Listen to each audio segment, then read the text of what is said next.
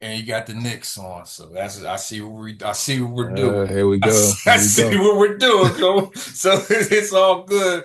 Hey, we can start 3, 2, 1. What's up, y'all? It's your main man, Jay Sands on sports, hip hop, and sports entertainment at its finest. That's right, y'all. The big kid is at it again. Season 8, episode 152. The first hip hop sports podcast started in 2007 with my soul brother from Money Earning Mount Vernon, Grap Lover. Shout out to Grap. 2008, did the first interview on All Hip Hop with Royce the 5'9", and it's 2026, and we still doing it, man. Sands on Sports with my co-host, with the co-most out on the West Coast, Tahir Jahi. Man, what's up, cuz? I'm holding in there pretty good. How about you, family? Man, it's hot. It's hot as hell on the Yeah. fucking East Coast, man. Hey. I golfed that. I went golfing like noon today, and son Mm, whooped my ass. I'm gonna have the mm. blackest neck in Baltimore in 2 weeks. 2 weeks, I will have the blackest neck in Yeah. motherfucking Baltimore. But besides that, I always tell people, man, I'm golfing on fucking midday, man. Life is good. Yeah. No Are, you- are complaints, you man. are you golfing in the wife beater though? Is that No, no, okay? no, All no. right. All right. All right. Honestly, I'm wearing the button ups. Again, I need something to cover my neck, man. I wore the EPMD fisherman hat too, cause again, Okay. You gotta get the bucket. my neck is taking it, bro. Pause. That might be Easy. a pause, but Hey, yeah. we gotta get a Hey, sound effect for that. real quick, today in sports history, we got, since we're talking golf, 1959, Charlie Sifford, the first black Mhm. person to play in the U.S. Open in 1959. So big shout out to Charlie Sifford. And hey, we got a guest, man. We got a great guest today. And without further ado, we got Mickey Factz, man. Mickey, what's up, man? Sminky, what up? What up? What up? Hey man, pleasure. Hey, I bumped into you in Columbus. I want to say maybe a year ago, whatever. Just passing, boom, boom, boom, man.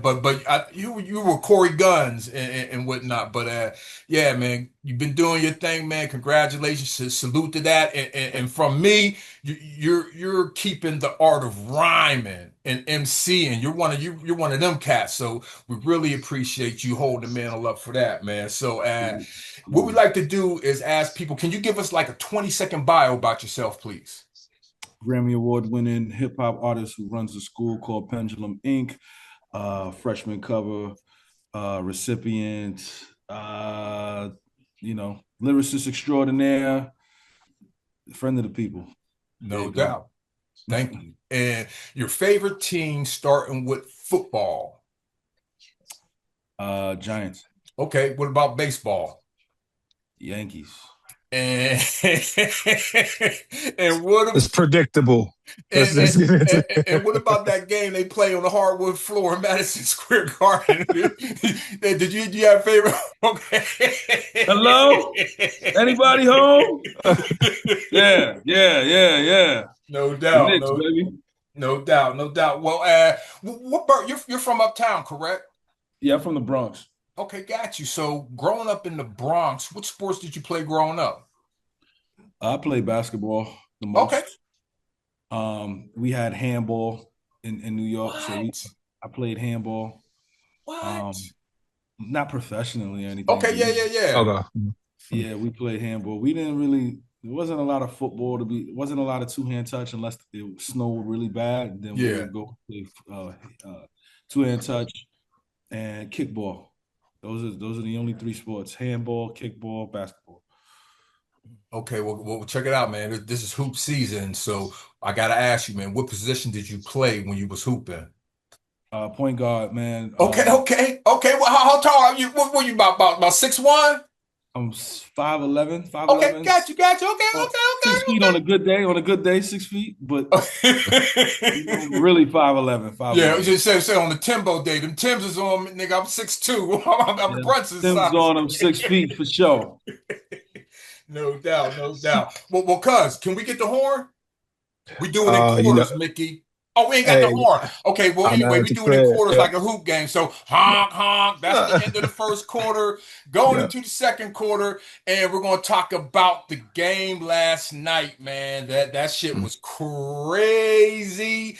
I thought the game was over. I Yeah. thought the game was over. I Mickey, thought was The the the game game question, was. over? yeah, the question is, did you walk away from the television? You know what I I didn't. mean? I At didn't. Okay, half.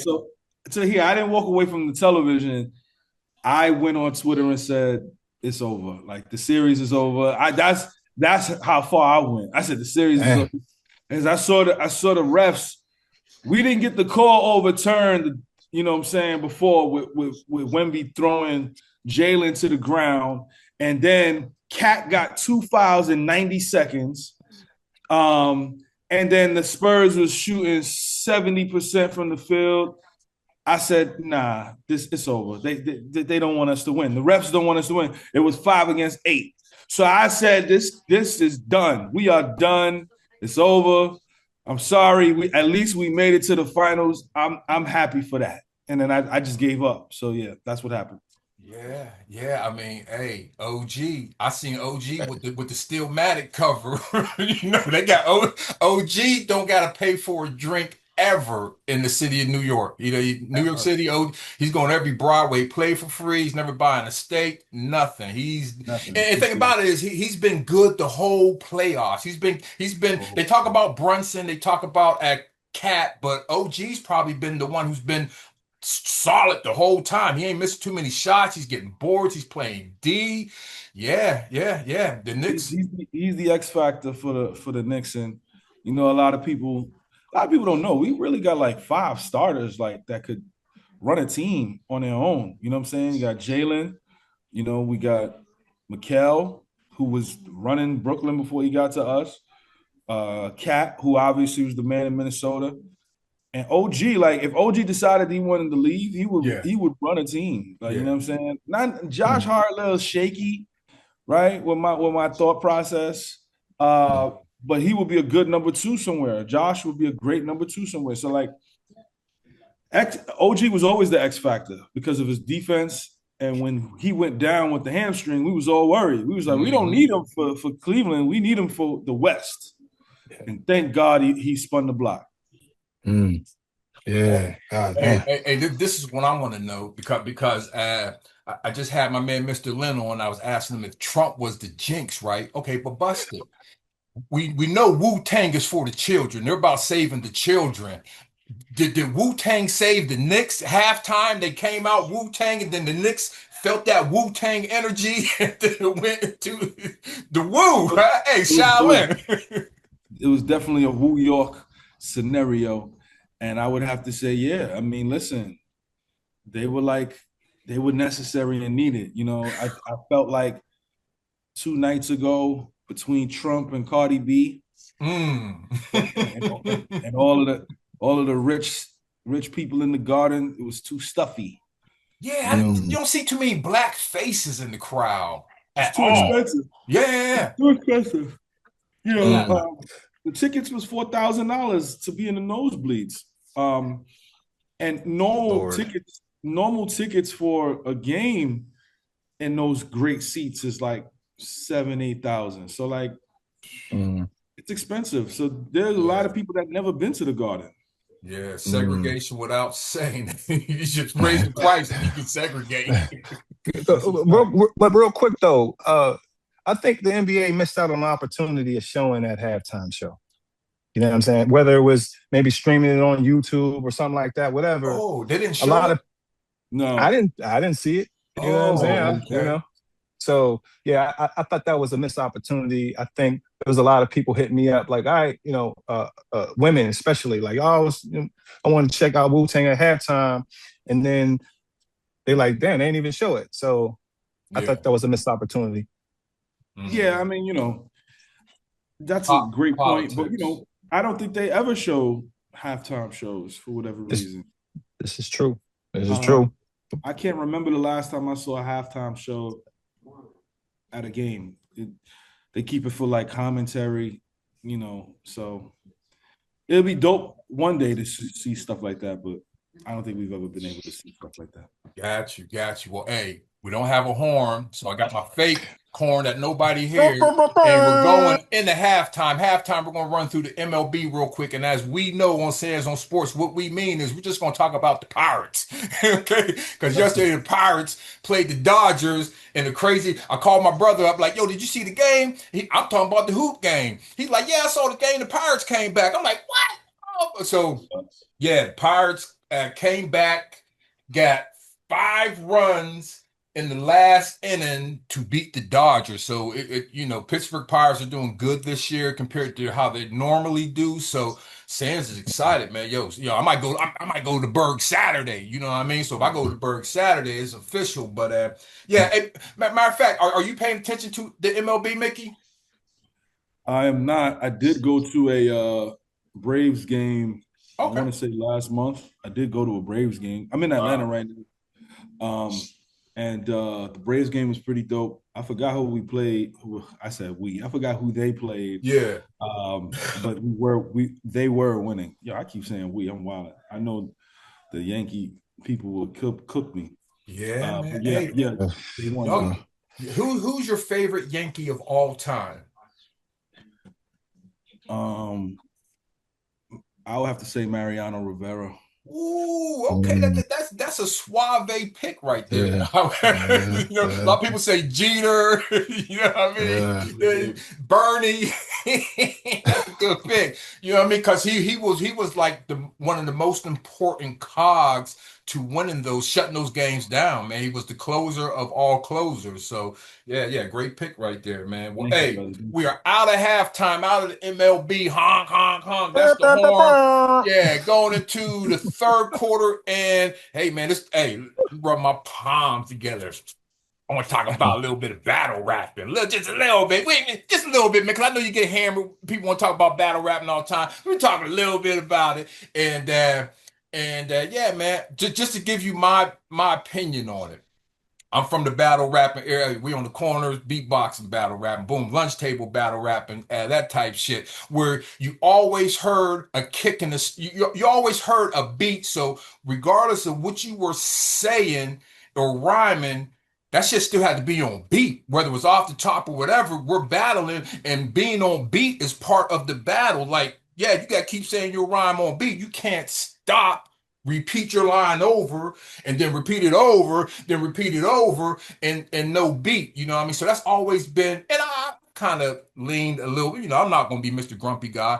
But yeah, I always had that problem. Like, man, they stop, they repeat they rhyme. It's like Shakespeare. It's like, man, shoot, I'm from the area. You had to rhyme on beat in battle, like, you know what I mean? So I wanted to see how you felt about that, like not having the beat in the battle.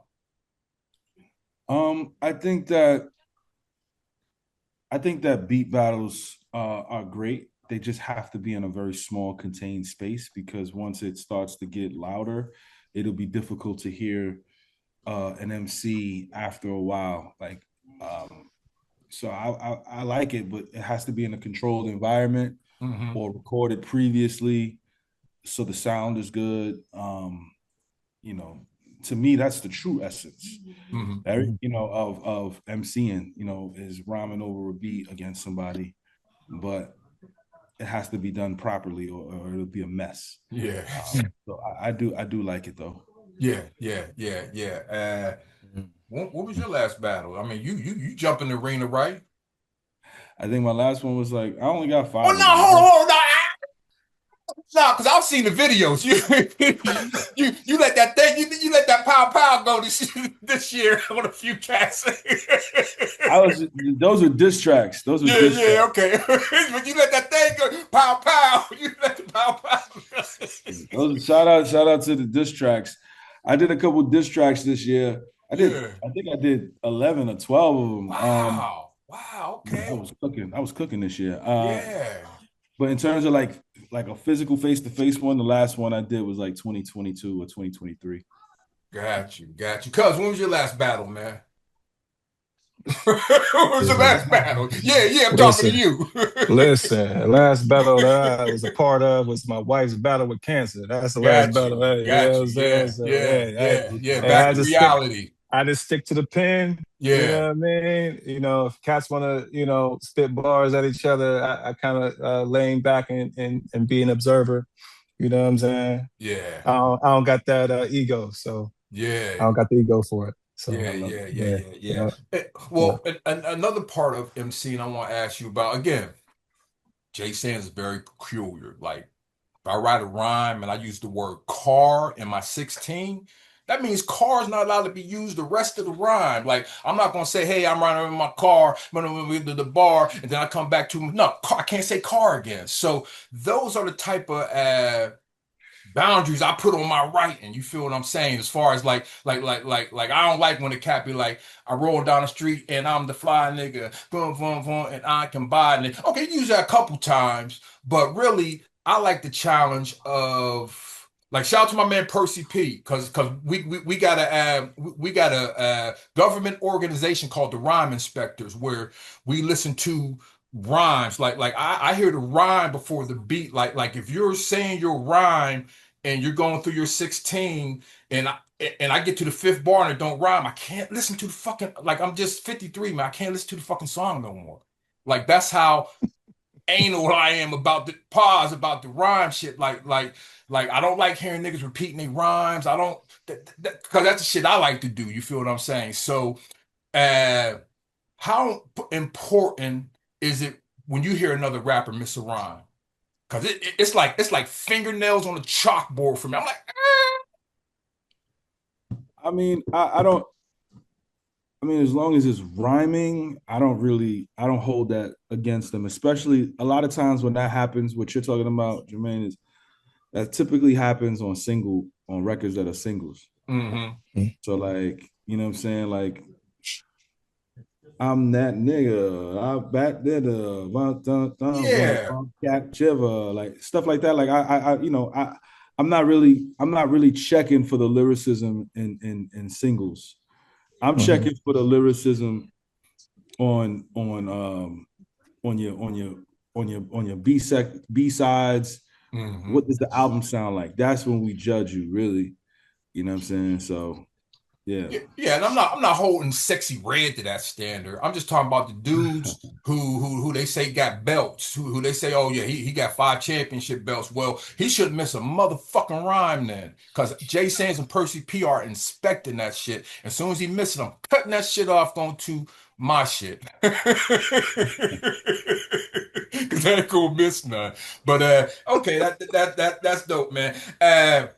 We're going to get out of the third quarter, honk, honk, honk, honk, going into the fourth quarter. And brother, hey, want to applaud you on what you're doing with Pendulum. I mean, always when I got in the game in the 90s, I was working guys, 40 hours a week, had health insurance. So I knew the type of things that people needed to survive. So I was always on some, man, can we get a rappers union or rappers healthcare or some, you've actually done something where it's there where we can actually have discussion. I mean, you put your foot down, man. You know what I mean? So, can you explain more about what you do with Pendulum and all the people you've had participate? You had everybody participate except Jay Sands. So yeah, yeah. Just let us know, brother, please. Yeah, I mean it's an online school. And I decided to create it because, like you said, a lot of people talk about what they want to change, and for a while I was thinking about different ways to kind of impact the culture. Was Mhm. it going to be starting a an award show specifically for lyricists, or starting a space for helping artists get health insurance, like a hip hop health insurance, or Mhm. a hip hop, board where people come together to help people out. Like there was a couple of things that I wanted to do, and I just fell upon the school aspect of things Yeah. where it could be continuing education for older people as well as regular education for younger people to help them with their vocabulary and reading and things of that nature. So for me, putting that curriculum together wasn't easy, but I put my head down and worked really hard to make that happen. And then as far as the MCs that has pulled up, we've had about 90 MCs pull up, man. Like, and a lot of them is just through relationships that I have and people respecting what I do. So we talking Sticky Fingers, Fonte, Method Man, Spectre Deck, Shauna from DTP. We've had Bahamadia. We've had Law Finesse. We've had Too Short pulled up, The Game. Like it's just nuts, you know. And this upcoming year, we got Jadakiss, Roxanne Shante, Immortal Technique, you know, 38 Special, a couple other dope MCs, but we've had so many great MCs. Big Daddy Kane pulled up before, Bun B, you know. So we're looking to just continue to bring legends in the space to be a professor for a night and teach our students. Yeah, that's dope, man. Well, any support you need from us, you got it. Cuz, go ahead and jump in. I want to ask that at what point did you realize that owning intellectual property could be more valuable than owning a hit record? Owning intellectual property, you can sell that IP in different ways. So for instance, let me see if this is here, right? Nope, I thought I had, oh, well, yeah, you can see the logo in the middle of my shirt. I own the intellectual property that is copywritten, trademark. I own it. So if people try to create something that is not sanctioned by my company, I can get that removed. Owning a hit record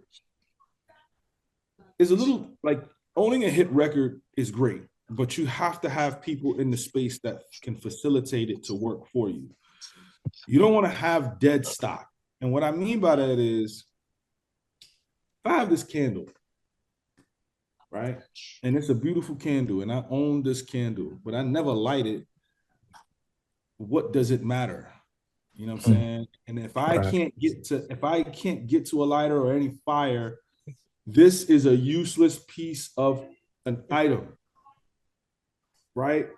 Yeah. And that's the equivalent of having a hit record. If you don't know where to shop that hit record. So yes, it'll be making money on Spotify, you're on it. But what if you need an extra $50,000 and everybody wants this record? How can anybody? They have people at record labels that are shopping hit records to be placed in movies, televisions, commercials, video games all the time, constantly pitching. And that is built through relationships. But sometimes people say, I want to own my masters and things like that. But what good is it? Something that Lupe said when he left Atlanta, he's like, I want to own my masters. And the response he got back was, what you going to do with them? You going to put them in a bag and walk around and say you got your masters? And then Lupe is an intelligent man. He was like, oh, I understand. Because the masters was, and yes, you should own whatever you can, by all means, but own it with a plan. Yeah. That's dope. I have a plan for Pendulum Inc. So that's why owning my IP makes sense.